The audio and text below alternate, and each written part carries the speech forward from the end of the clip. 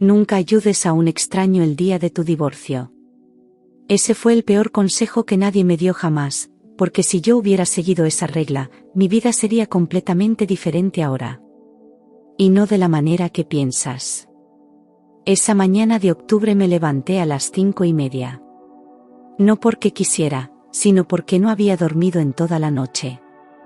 Las sábanas estaban empapadas de sudor. Mis manos temblaban mientras me preparaba un café que sabía que no iba a tomar. Hoy era el día. Después de 8 meses de batallas legales, mentiras, y noches llorando hasta quedarme sin lágrimas, finalmente iba a terminar. Mi matrimonio de 6 años iba a convertirse en un pedazo de papel firmado por un juez. Me puse el vestido azul marino que había comprado específicamente para esta ocasión. Nada elegante. Nada que llamara la atención. Solo algo que me hiciera sentir como si tuviera el control, aunque por dentro estaba completamente destrozada. Me miré al espejo y casi no reconocí a la mujer que me devolvía la mirada. Tenía ojeras profundas.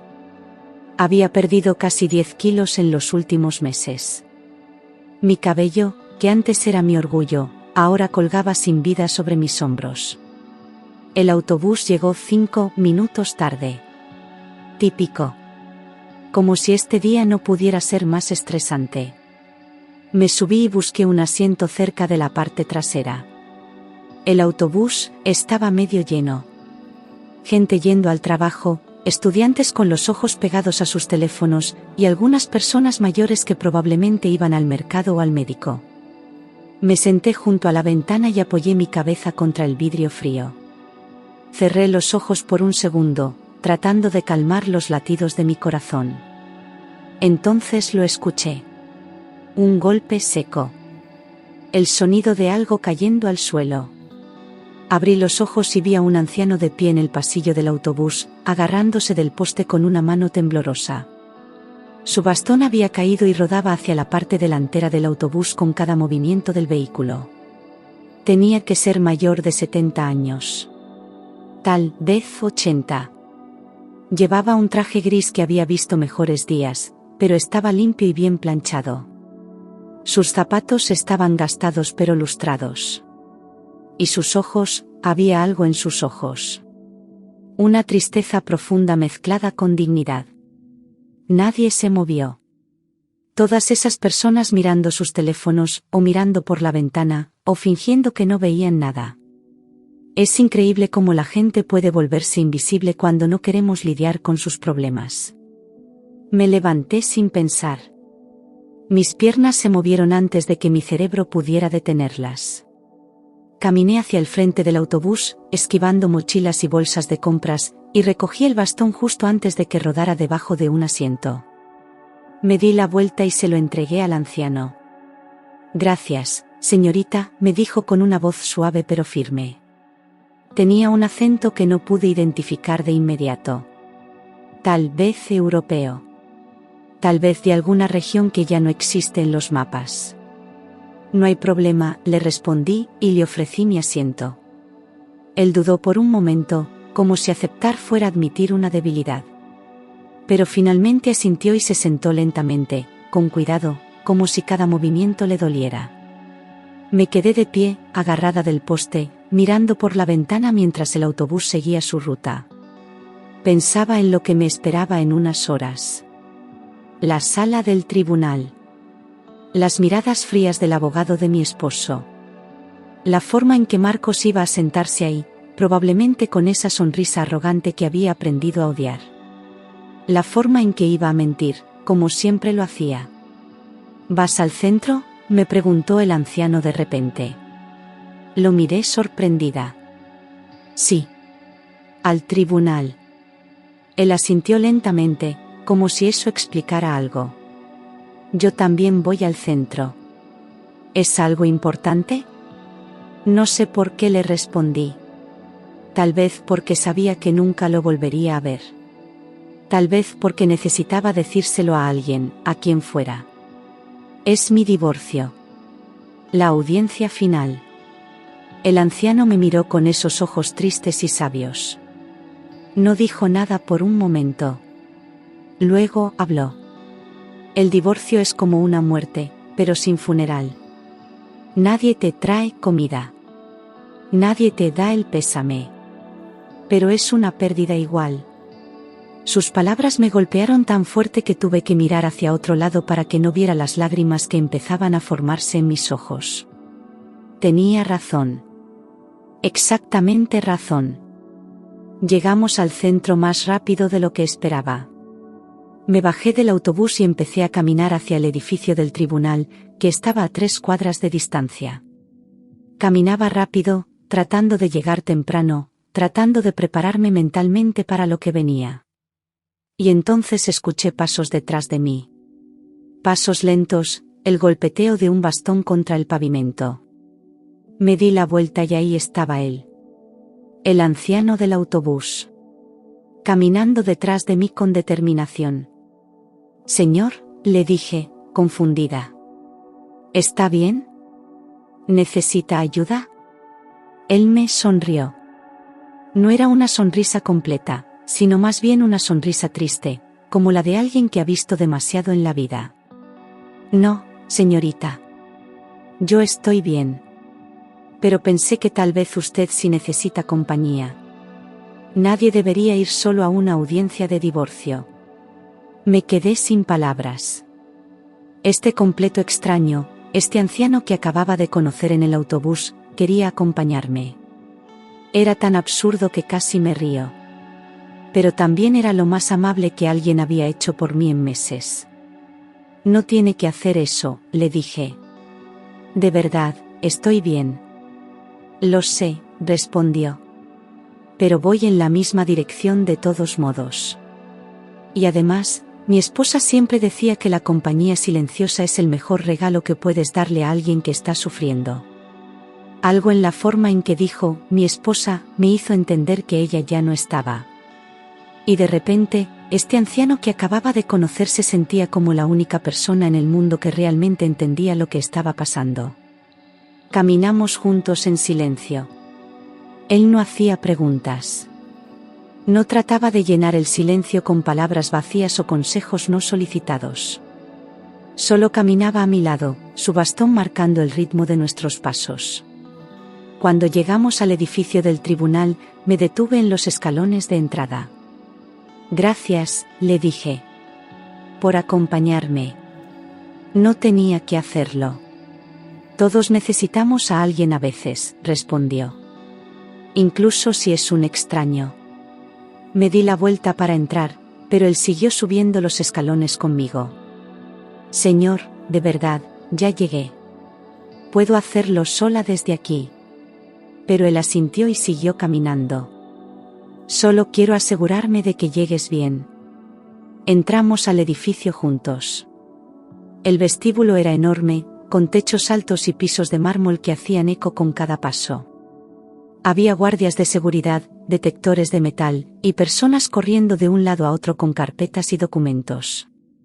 Todo se sentía frío e impersonal. Pasamos por seguridad y caminamos hacia el elevador. Mi audiencia era en el 5º piso, sala 203.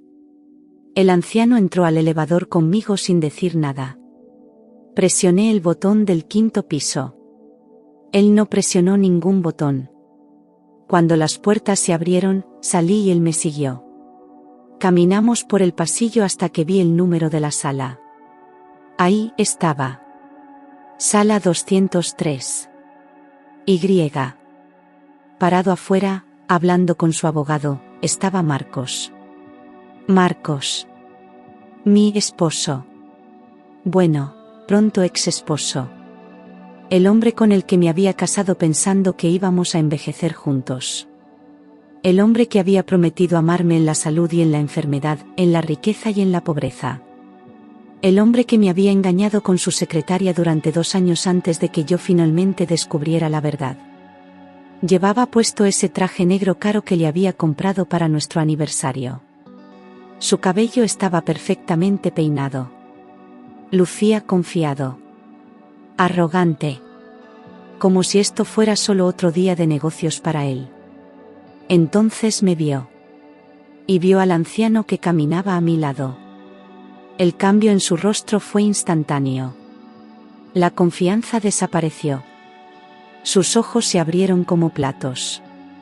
Su cara, que segundos antes había estado relajada, se puso completamente pálida. Blanca como el papel. Vi cómo su mano temblaba mientras trataba de mantener el equilibrio apoyándose en la pared. «Marcos», dijo su abogado, preocupado. «¿Estás bien? Te ves como si hubieras visto un fantasma». Marcos no respondió. No podía apartar la mirada del anciano que estaba parado junto a mí. Sus labios se movían, pero no salía ningún sonido. Parecía que estaba tratando de decir algo, pero no podía encontrar las palabras. El anciano lo miró. No dijo nada. Solo lo miró con esos ojos tranquilos y sabios. ¿Qué está haciendo usted aquí?», finalmente logró decir Marcos. Su voz era apenas un susurro ronco. Miré al anciano, completamente confundida. Luego miré a Marcos. «¿Se conocen?». Marcos tragó saliva con dificultad. Pude ver el sudor comenzando a formarse en su frente. Él es.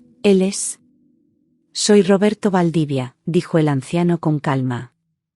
«El padre de Carolina». El mundo se detuvo. Carolina. Ese nombre. Yo conocía ese nombre. Carolina era la secretaria con la que Marcos me había engañado. La mujer por la que había destruido nuestro matrimonio. La mujer 20 años más joven que yo, con la que había estado saliendo a escondidas durante 2 años mientras yo trabajaba turnos dobles en el hospital para ayudar a pagar sus deudas de la universidad. Pero Carolina había muerto. 6 meses atrás. Un accidente de coche. Eso fue lo que me habían dicho. Que había muerto instantáneamente. No entiendo, dije, mirando entre el anciano y Marcos. ¿Qué está pasando aquí? Roberto me miró con gentileza. Señorita, lamento mucho que tenga que enterarse así. Pero creo que hay cosas que necesita saber sobre su esposo. Cosas que explican por qué mi hija está muerta. Marcos retrocedió como si le hubieran dado un puñetazo. No puedes, no tienes pruebas de nada. ¿Pruebas de qué?, pregunté, sintiendo como la rabia empezaba a crecer en mi pecho. ¿Alguien me puede explicar qué está pasando? Roberto sacó un sobre de su bolsillo. Estaba amarillento y arrugado, como si lo hubiera estado cargando durante mucho tiempo. Después de que Carolina murió, encontré su diario. Encontré mensajes de texto. Encontré correos electrónicos. Y encontré algo más. Le entregó el sobre a Marcos. Encontré la póliza de seguro de vida que usted compró a nombre de mi hija sin que ella lo supiera. $2 millones. Con usted como único beneficiario. Mi sangre se congeló. Encontré los mensajes donde usted le decía que tenía que manejar su coche esa noche, aunque ella le dijo que estaba cansada. Encontré las fotos del mecánico que mostró que los frenos del coche habían sido manipulados. Encontré los registros bancarios que muestran que usted pagó $20.000 en efectivo a alguien 2 semanas antes del accidente. Marcos empezó a retroceder hacia el elevador. «Estás loco. Estás inventando todo esto porque no puedes aceptar que tu hija murió en un accidente». «La policía no está inventando nada», dijo Roberto con calma. «Porque les di toda esta información hace 3 meses. Y han estado investigando desde entonces. Construyendo un caso. Esperando el momento correcto». Como si lo hubieran llamado, el elevador se abrió y salieron 2 detectives. Los reconocí de las noticias. Eran del departamento de homicidios. «Marcos Fuentes», dijo uno de ellos, sacando sus esposas. «Está bajo arresto por el asesinato de Carolina Valdivia». Todo pasó tan rápido. Marcos trató de correr, pero no llegó muy lejos. Los detectives lo atraparon, lo esposaron, y empezaron a leerle sus derechos mientras él gritaba que todo era un error, que él no había hecho nada, que esto era una conspiración. Yo solo podía quedarme ahí parada, viendo cómo se llevaban al hombre con el que me había casado. El hombre que pensaba que conocía. El hombre que no solo me había engañado, sino que había asesinado a su amante por dinero del seguro. Roberto se acercó a mí y puso su mano en mi hombro. Siento mucho que tuvieras que descubrirlo así. Pero cuando te vi esta mañana en el autobús, cuando mencionaste que venías aquí para tu divorcio, supe que tenía que estar aquí. Sabía que él estaría aquí. Y sabía que finalmente iba a obtener justicia para mi hija. Las lágrimas comenzaron a caer por mis mejillas. No eran lágrimas por Marcos. Eran lágrimas por Carolina. Por este anciano que había perdido a su única hija. Por todos los años que había desperdiciado con un hombre que resultó ser un monstruo. ¿Por qué no me lo dijiste en el autobús?, le pregunté. ¿Por qué no me dijiste quién eras? Porque necesitaba estar seguro, respondió. Necesitaba verlo con mis propios ojos. Necesitaba ver su reacción cuando me viera. Y ahora sé, sin ninguna duda, que él es culpable. Uno de los detectives se acercó a nosotros. Señora Fuentes, vamos a necesitar que venga a la estación para hacer una declaración. Hay algunas cosas sobre las finanzas de su esposo que necesitamos discutir con usted. Asentí, todavía en shock. Mi abogado apareció corriendo desde dentro de la sala del tribunal, completamente confundido sobre lo que acababa de pasar. Resultó que el divorcio fue lo de menos ese día. La audiencia fue cancelada porque, bueno, es difícil procesar un divorcio cuando uno de los cónyuges está siendo acusado de asesinato.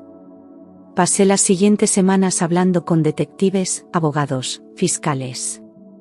Me enteré de cosas sobre Marcos que me hicieron darme cuenta de que nunca lo había conocido realmente. Las deudas de juego secretas. Los negocios turbios. Las mentiras sobre mentiras sobre mentiras. El seguro de vida que había comprado a nombre de Carolina sin que ella lo supiera. Los mensajes donde la convencía de que manejara su coche esa noche específica, por esa carretera específica, a esa hora específica. El mecánico que había contratado para cortar los cables de los frenos.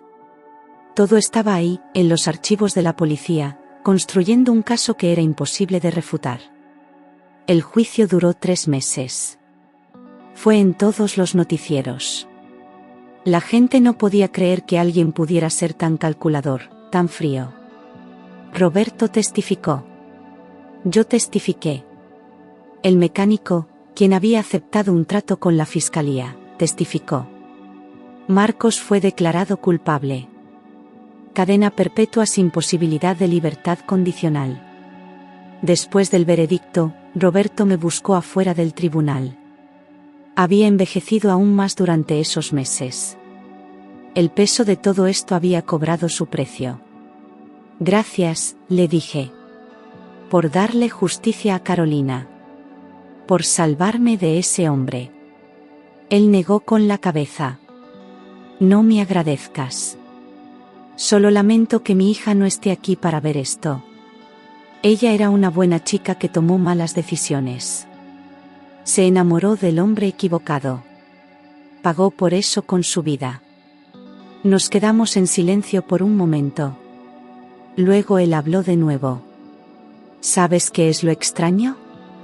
Esa mañana en el autobús, cuando me ayudaste con mi bastón, casi no voy al centro. Casi me quedo en casa porque me sentía demasiado cansado. Pero algo me empujó a subir a ese autobús. Y luego te vi. Y supe que tenía que estar aquí. El destino, dije en voz baja. O tal vez algo más, respondió. Mi esposa solía decir que las personas buenas se encuentran cuando más se necesitan. Tú me ayudaste sin pensarlo 2 veces. Y tal vez, de alguna manera, yo pude ayudarte también. Tenía razón. Si no hubiera ayudado a ese anciano en el autobús esa mañana, si no me hubiera levantado de mi asiento para recoger su bastón, él no me habría seguido al tribunal. Marcos probablemente seguiría libre. Y yo seguiría sin saber la verdad sobre el hombre con el que estuve casada. Han pasado 2 años desde ese día.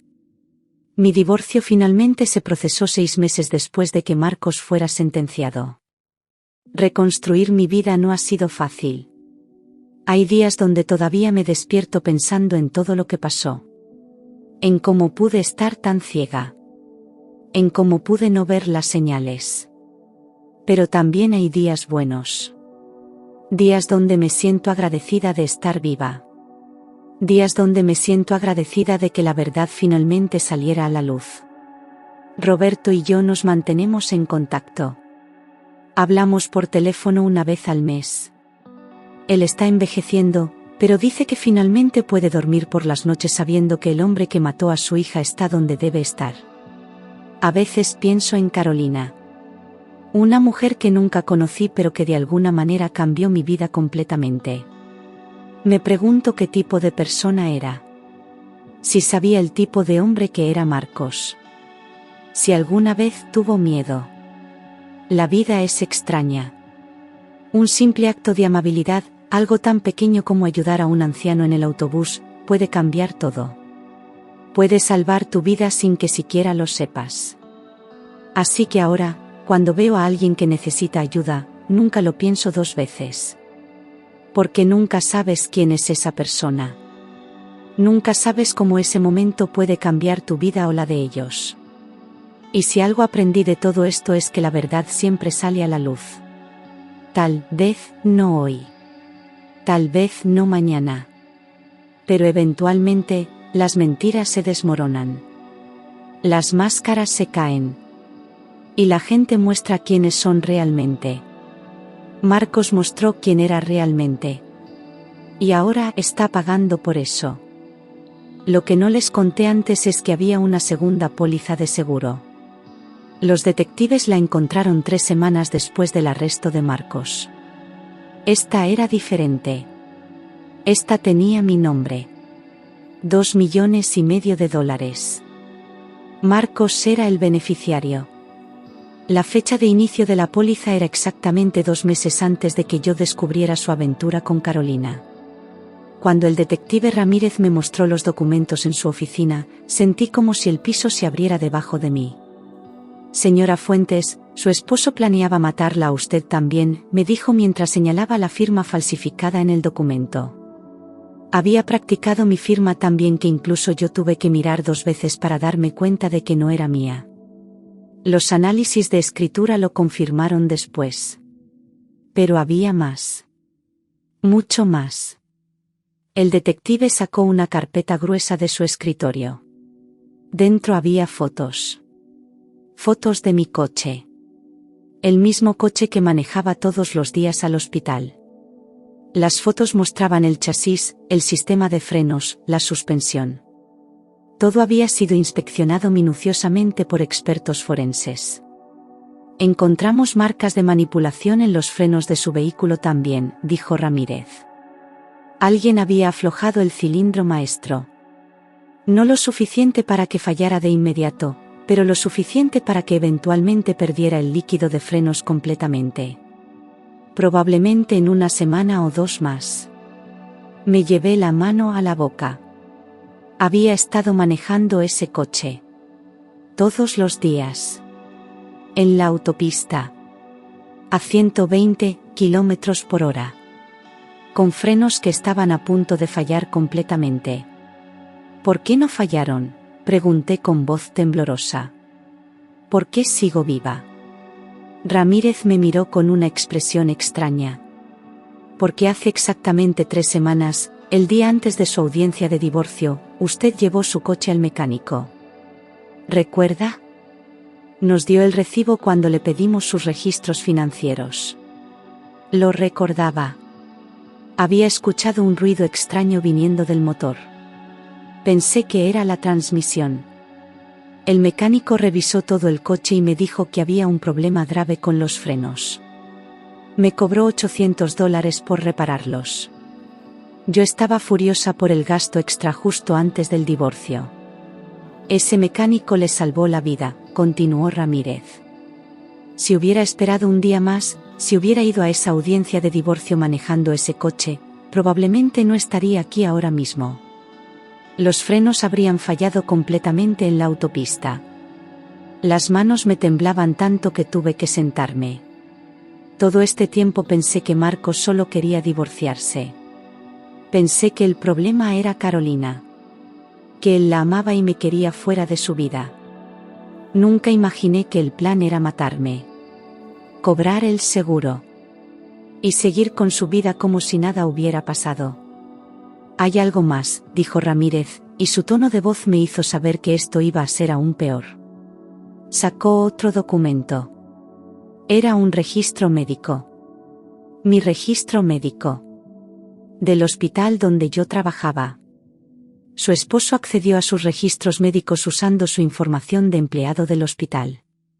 ¿Sabía que él tenía acceso? Negué con la cabeza. Marcos trabajaba en el departamento de finanzas del mismo hospital donde yo era enfermera. Tenía acceso a muchos sistemas, pero nunca pensé que usaría ese acceso para revisar mis expedientes privados. Él sabía que usted toma medicamento para la presión arterial, continuó Ramírez. Y encontramos evidencia de que compró pastillas falsas.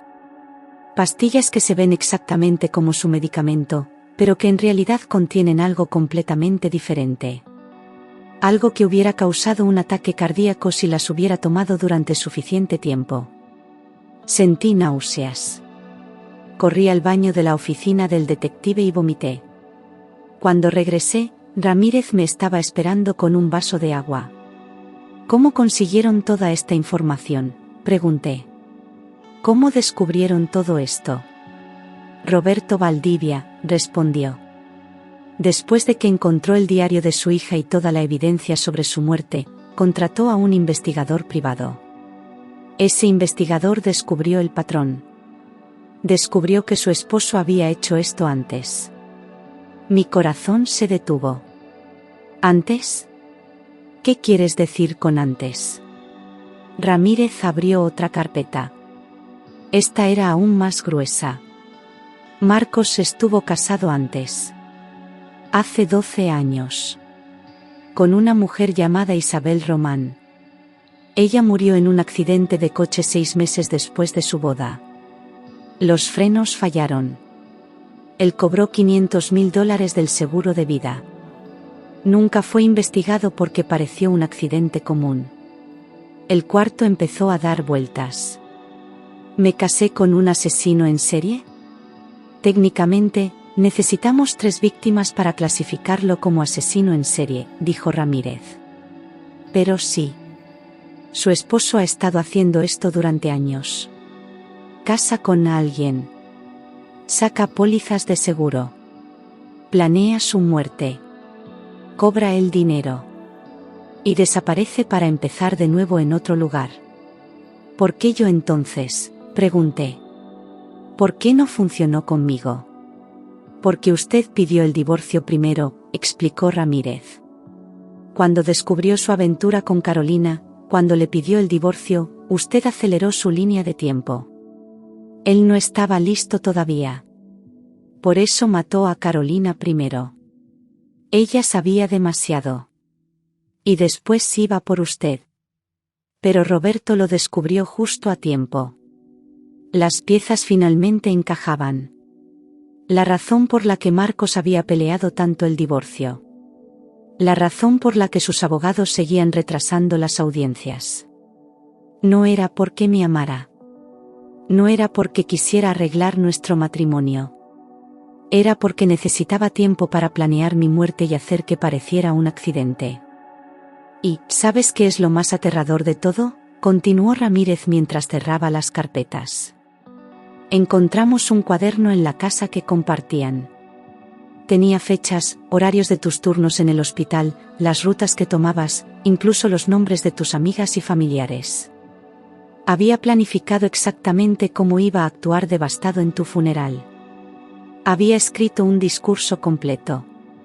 Lágrimas ensayadas. Todo calculado. Incluso tenía reservaciones de avión para 2 semanas después de tu supuesta muerte. Un boleto de ida a las Bahamas, donde no hay extradición. Iba a desaparecer con el dinero y empezar de nuevo con otra identidad que ya tenía preparada. Roberto me visitó una última vez antes de que su salud empeorara demasiado. Me trajo una caja con las cosas de Carolina que pensó que yo debería ver. Entre ellas había un diario donde Carolina había escrito sobre sus dudas sobre Marcos. Él me da miedo a veces, había escrito 3 semanas antes de morir. La forma en que habla de su esposa. Es como si ya estuviera planeando una vida sin ella. Me pregunta cosas extrañas sobre seguros, sobre accidentes, sobre cómo la gente muere sin que nadie sospeche. Creo que estoy enamorada del hombre equivocado, pero ya es demasiado tarde para salir. Ella había sabido. En algún lugar profundo, ella había sabido que algo estaba mal. Pero el amor la había cegado, igual que me había cegado a mí. Ahora vivo cada día diferente. Miro a las personas con más cuidado. Confío en mis instintos. Y cada vez que paso por esa parada de autobús donde conocí a Roberto, pienso en cómo un simple acto de bondad salvó mi vida de maneras que nunca imaginé. Marcos cumple cadena perpetua en una prisión de máxima seguridad. Los otros presos saben lo que hizo. Saben que mató mujeres por dinero. Me dicen que no lo están pasando muy bien allí dentro. Y honestamente, no siento ni una pizca de lástima. Algunas personas son monstruos con máscaras humanas. Y yo estuve casada con uno durante 6 años sin siquiera saberlo. Suscríbete si quieres más historias como esta.